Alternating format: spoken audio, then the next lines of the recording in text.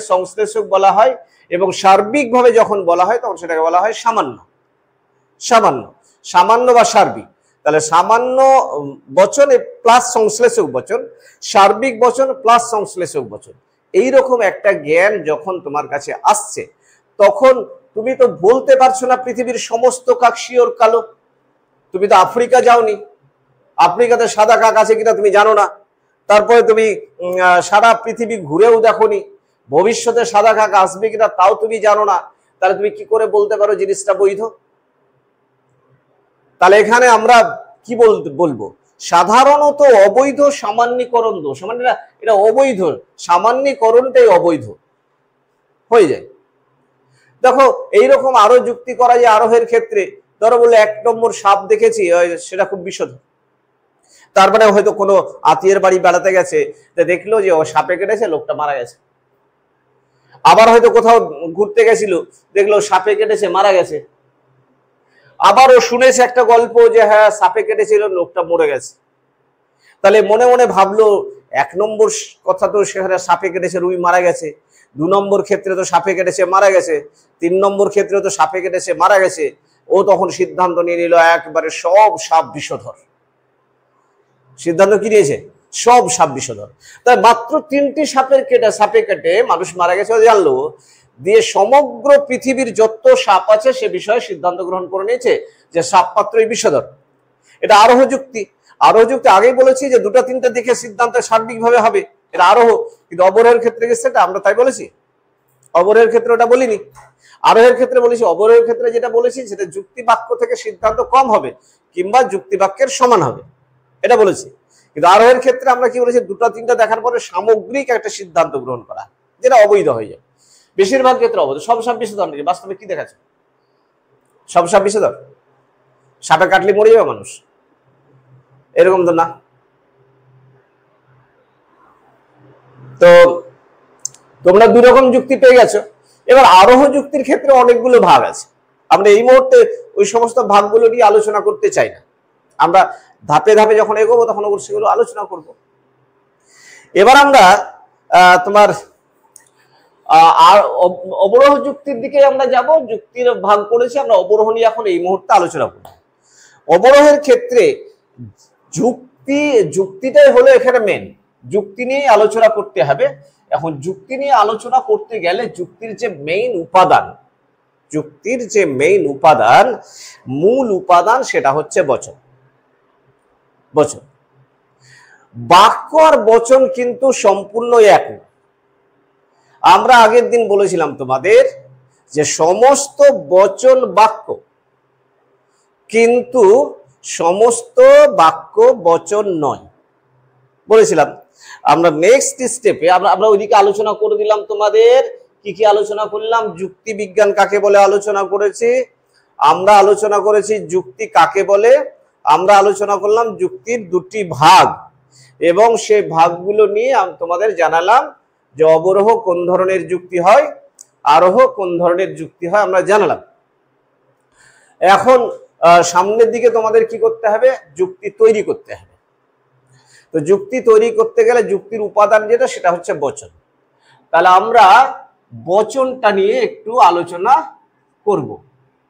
বচন একে বলা হচ্ছে প্রপোজিশন, ঠিক আছে? প্রপোজিশন। তাহলে বচন নিয়ে আমরা আলোচনা করব। তাহলে বচন,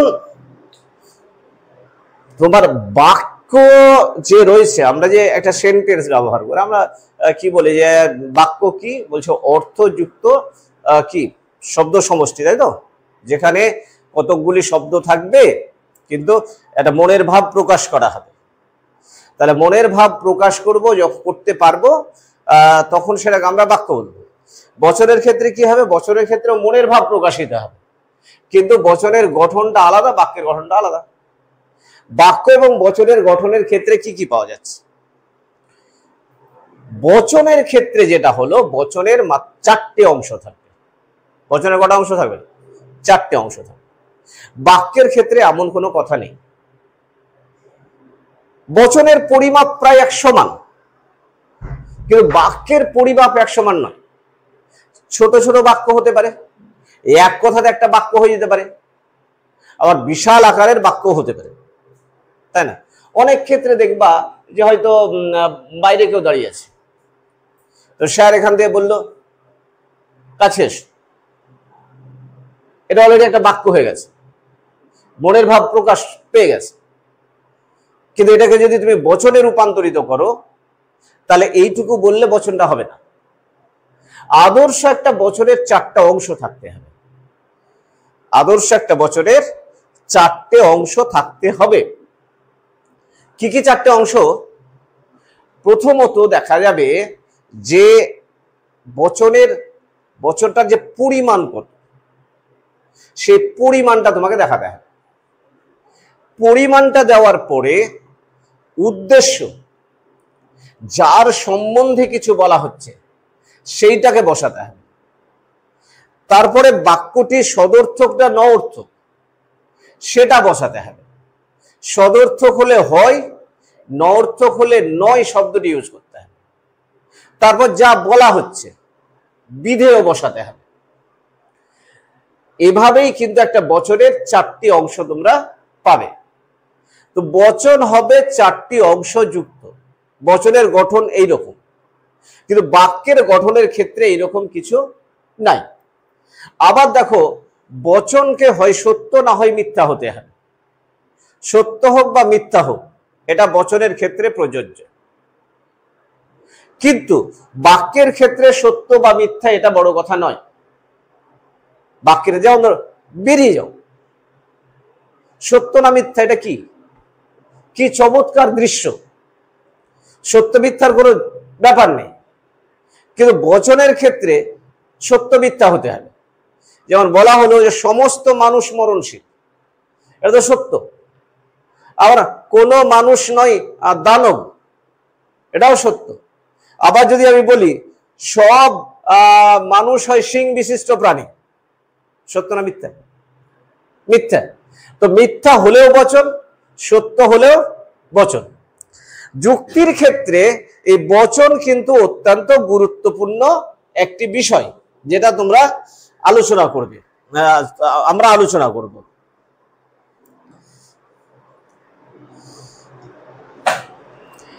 তাহলে বচনের ক্ষেত্রে দুটি পদের সম্বন্ধ, হ্যাঁ বা না এর সম্বন্ধ।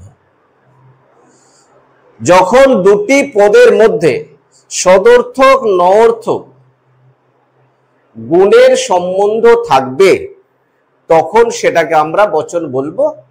বচন সত্য অথবা মিথ্যা হবে। একটা আমরা বচন করি, ধরো এখানে আমরা বললাম সব মানুষ হয় মরণশীল। বোঝার চেষ্টা করো, কটা এ আছে? 4টা। অংশ কটা আছে? 4টা। আচ্ছা, উদ্দেশ্য কোনটা? মানুষ, যার সম্বন্ধে কোনো কিছু বলা হবে সেটাই তো উদ্দেশ্য। তাহলে এটা কার সম্বন্ধে বলা হয়েছে? মানুষ সম্বন্ধে বলা হয়েছে। তাহলে উদ্দেশ্য এখানে মানুষ, কি বলা হয়েছে? মরণশীল। তাহলে ওটা হলো বিধেয়। আচ্ছা, এবার দেখো মানুষের সাথে মরণশীলতার সম্বন্ধ কিসের? স্বীকৃতিমূলক, মানে মরণশীল মানুষকে স্বীকার করছে। মরণশীল যদি একটা পদ হয় তাহলে মরণশীল কাকে স্বীকার করে নিচ্ছে? সমস্ত মানুষকে, তাই তো? যে এই মানুষ শ্রেণী এই মরণশীল শ্রেণীর অন্তর্গত। তাহলে মরণশীলতা স্বীকার করে নিল মানুষকে, কিন্তু কতটি মানুষ? কি বলেছি? সব মানুষ। তাহলে কোন মানুষ বাঁচবে না। কোত্থেকে বাঁচছে না? মরণশীলতা থেকে বাঁচছে না। তাহলে দেখো, প্রথমে যে কথাটা আমরা বলেছি এটাকে বলা হচ্ছে মানক বা পরিমাণক। উদ্দেশ্যের পরিমাণ, কতটা পরিমাণ, এটা নিয়ে আলোচনা। দ্বিতীয় যেটা, সেটা হচ্ছে উদ্দেশ্য তো বোঝই। তৃতীয়টা হচ্ছে সম্বন্ধের স্বীকৃতি বা অস্বীকৃতি। এখানে যেহেতু স্বীকার করে নিয়েছে মরণশীল, বিধেয় উদ্দেশ্যকে স্বীকার করেছে, সেজন্য হয় ব্যবহার করেছি। আবার দেখো তারপরে বেরিয়ে এলো বিধেয় পদ, তাহলে মানক, উদ্দেশ্য, সংযোজক, বিধেয়। এই প্রত্যেকটা বচনের ক্ষেত্রে এই চারটি জিনিস লাগবে, এই চারটি জিনিস লাগবে। পৃথিবীতে যত ধরনের বাক্য আছে আমরা 4 প্রকারের বাক্যে ঢুকিয়ে দিতে পারবো ওটাকে। 4 প্রকারের বচন টোটালে দাঁড়াবে 4 প্রকারের। কিভাবে 4 প্রকারের দাঁড়াবে? দেখো আমরা এখানে এই উদাহরণ থেকে কয়েকটা জিনিস নিচ্ছি। আমরা মানক দেখলাম, তাহলে উদ্দেশ্য পদের পরিমাণ অনুযায়ী বাক্যকে দুভাগে ভাগ করা যাবে। পরিমাণ অনুযায়ী কিভাবে? পরিমাণ সামগ্রিক হতে পারে। এখানে যেমন বলা হলো মানুষ কতটি, সব, তাহলে পরিমাণ সামগ্রিক হলো। আবার পরিমাণ আংশিক তো হতে পারে, তাহলে পরিমাণের দিক থেকে বচনকে দুভাগে ভাগ করো। কেমন? পরিমাণ অনুযায়ী বচন দুভাগে ভাগ, একটা সার্বিক, একটা আংশিক। বুঝছে? কটা ভাগ হলো পরিবারের দিক থেকে? সার্বিক আর আংশিক। আচ্ছা, মানুষ বলো সব মানুষ মরণশীল, তার কতটি মানুষ সার্বিক হলো। এবার আমি যদি বলি কিছু কিছু মানুষ স্বার্থপর, বুঝলা, তাহলে সব মানুষ, তাহলে পরিমাণ কি সব হয়েছে? পরিমাণ কি সার্বিক? পরিমাণ এবার কি হয়েছে? আংশিক। তাহলে পরিমাণের দিক থেকে বচনকে দুভাগে ভাগ করে নিলাম, একটা সার্বিক, একটা আংশিক। আচ্ছা, গুণ, একটি বচন স্বীকার করব, মানে বিধেয় উদ্দেশ্যকে স্বীকার করবে না বিধেয় উদ্দেশ্যকে অস্বীকার করবে? তাহলে স্বীকারও করতে পারে, অস্বীকারও করতে পারে। তাহলে গুণগত দিক থেকে কয় প্রকার দাঁড়াবে? 2 প্রকার। তাহলে এখানে পরিমাণের দিক থেকে যদি একটা বচন 2 প্রকার হয়, তাহলে গুণের দিক থেকে একটা বচন কত হবে? 2 প্রকার হবে। একটা সদর্থক মানে স্বীকার, আর একটা নঅর্থক মানে অস্বীকার। নঅর্থক মানে কি হলো? অস্বীকার। তাহলে পরিমাণের দিক থেকে বচন হলো সার্বিক, আংশিক, আর গুণের দিক থেকে বচন হলো সদর্থক আর নঅর্থক। মানে বিধেয় যখন উদ্দেশ্যকে স্বীকার করবে তখন সদর্থক, বিধেয় যখন উদ্দেশ্যকে অস্বীকার করবে তখন সেটা কি হয়ে যাবে? নঅর্থক। আমরা এখানে একটা উদাহরণ নিলে তোমরা নঅর্থকটা, এখানে পরিমাণটা মোটামুটি বুঝতে পেরেছো, কিন্তু নঅর্থকটা তোমরা বুঝতে পারোনি। তাহলে নঅর্থকটা আমি এখানে দেখাই।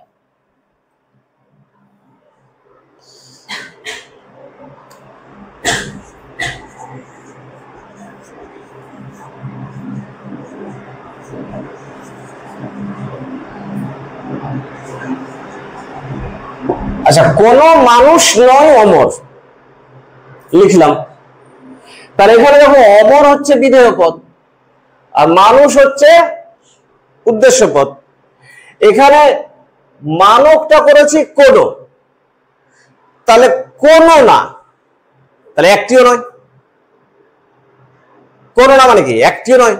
তাহলে পৃথিবীর কোন মানুষই না, তাহলে সবগুলো মানুষকে ধরা হয়েছে। কোন মানুষই না, কি না? অমর না। তাহলে অমর মানুষকে স্বীকার করলো না অস্বীকার করলো? অমর মানে জানো তো, অমর মানে মরবে না।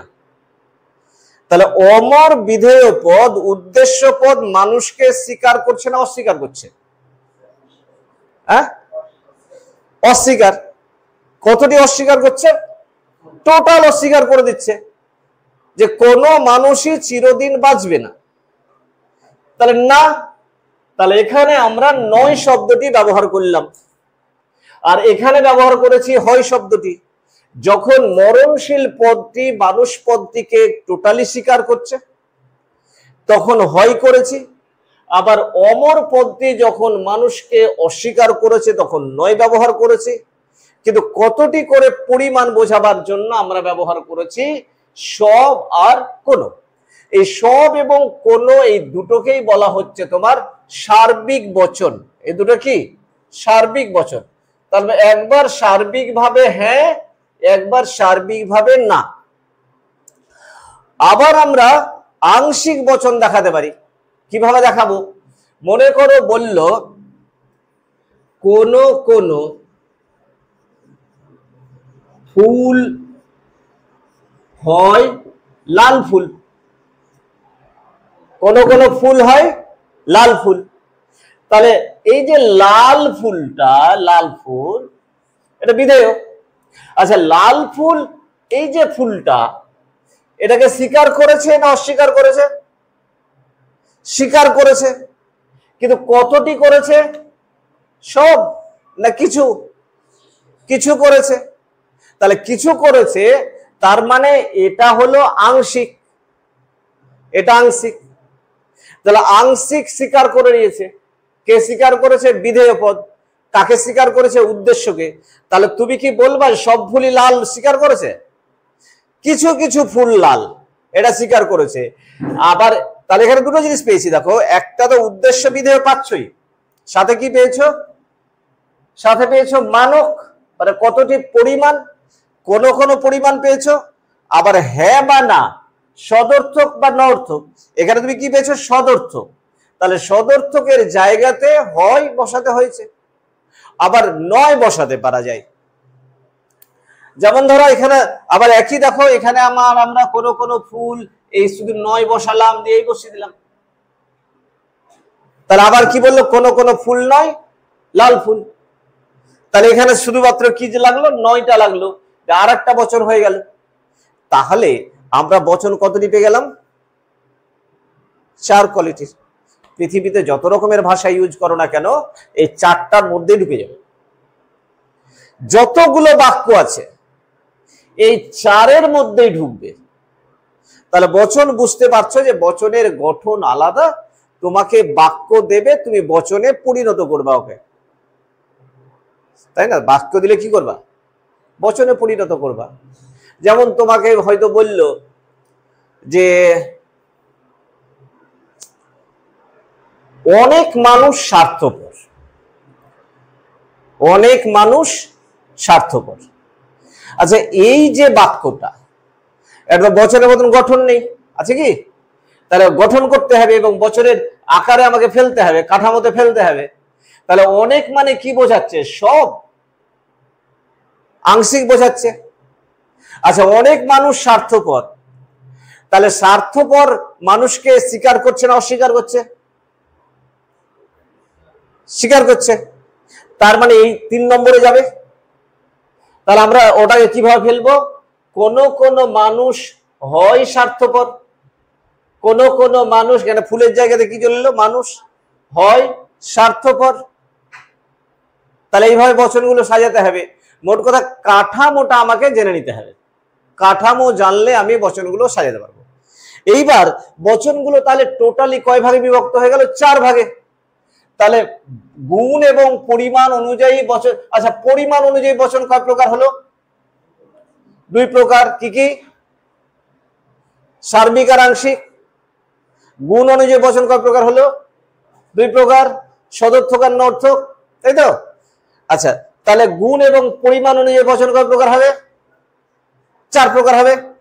তাহলে গুণ এবং পরিমাণ অনুযায়ী বচন যদি 4 প্রকার হয়, তাহলে গুণ প্লাস পরিমাণ অনুযায়ী আমরা বচনকে ভাগ করব 4 ভাগে বিভক্ত। 4 ভাগে বিভক্ত, ঠিক আছে? প্রথমটাকে বলবো সার্বিক বা সামান্য সদর্থক। প্রথম বচনটার নাম কি হলো? সার্বিক বা সামান্য সদর্থক। আগেরটা কে?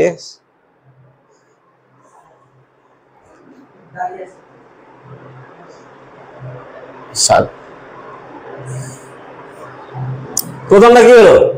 সার্বিক বা সামান্য সদর্থক। ওই যে প্রথম সকল মানুষ, মানুষের যেটা বলেছিলাম ওইটা। তাহলে এই বচনটাকে আমরা এ হিসেবে চিহ্নিত করব। এ ভবিষ্যতে তোমাদের বলা হবে এ বচন, এটার নাম কি হয়ে যাবে? এ বচন। ঠিক আছে, তাহলে এইটাকে ইংরেজিতে বলা হয় ইউনিভার্সাল অ্যাফার্মেটিভ, সার্বিক সদর্থ। দ্বিতীয় যেটা সেটা হচ্ছে সার্বিক নঅর্থক, সার্বিক বা সামান্য নঅর্থক। ঠিক আছে, এটার নাম হবে ই। তোমরা খাতাতে লিখে নিচ্ছ তো? লেখো না, খালি খালি বক্তব্য শুনছো, লিখে নাও না কেন? এটা হলো তাহলে সার্বিক বা সামান্য সদর্থক, সার্বিক বা সামান্য নঅর্থক। আর 3 নম্বরে আমরা যাব আংশিক বা বিশেষ সদর্থক। এই বচনটাকে বলা হবে আই, আংশিক বা বিশেষ নঅর্থক, ব্র্যাকেটে ও। বুঝলে? ও তাহলে বচন কয় প্রকার হলো? 4 প্রকার। এ, ই, আই, ও, 4 প্রকার। তোমরা লেখো গুণ এবং পরিমাণ অনুসারে বচন 4 ভাগে বিভক্ত এবং ভাগ 4।